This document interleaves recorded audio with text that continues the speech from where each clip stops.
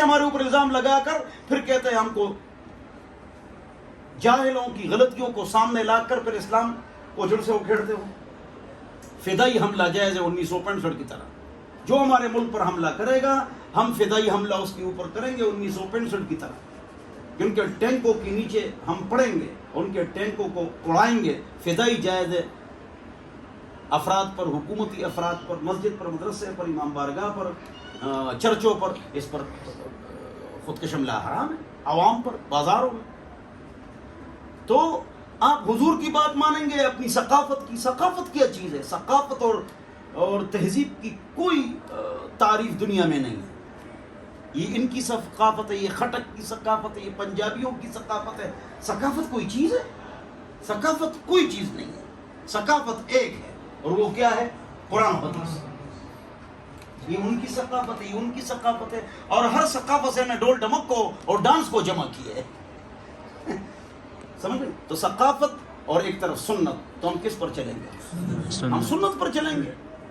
دوسری بات یہ ہے کہ آپ کے الفاظ قرآن حدیث والے ہوتے ہیں, لیکن آپ کا عمل اور بعض تقریریں ایتھیسٹ اور سیکولر لوگوں کی طرح ہوتی ہے. یہ تو بری بات ہے. آپ اس طرح کیوں کرتے ہیں؟ اس طرح نہیں کرنا چاہیے.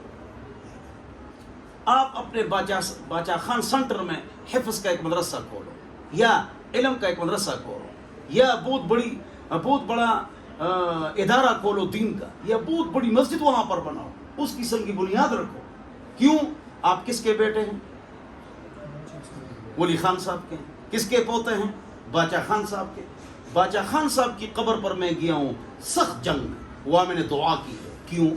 ہمارے باچا خان صاحب پٹھانوں کے جو بڑے تھے, یہ کس سے بیعت تھے؟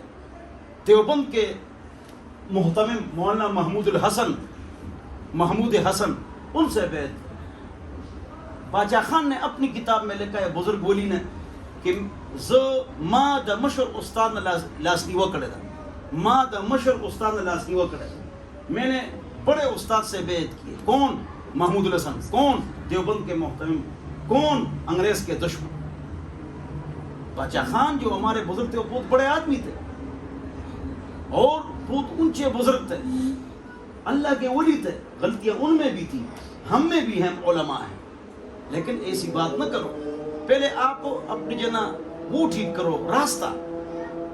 آپ خود متذبذب ہیں, آپ خود مشکک ہیں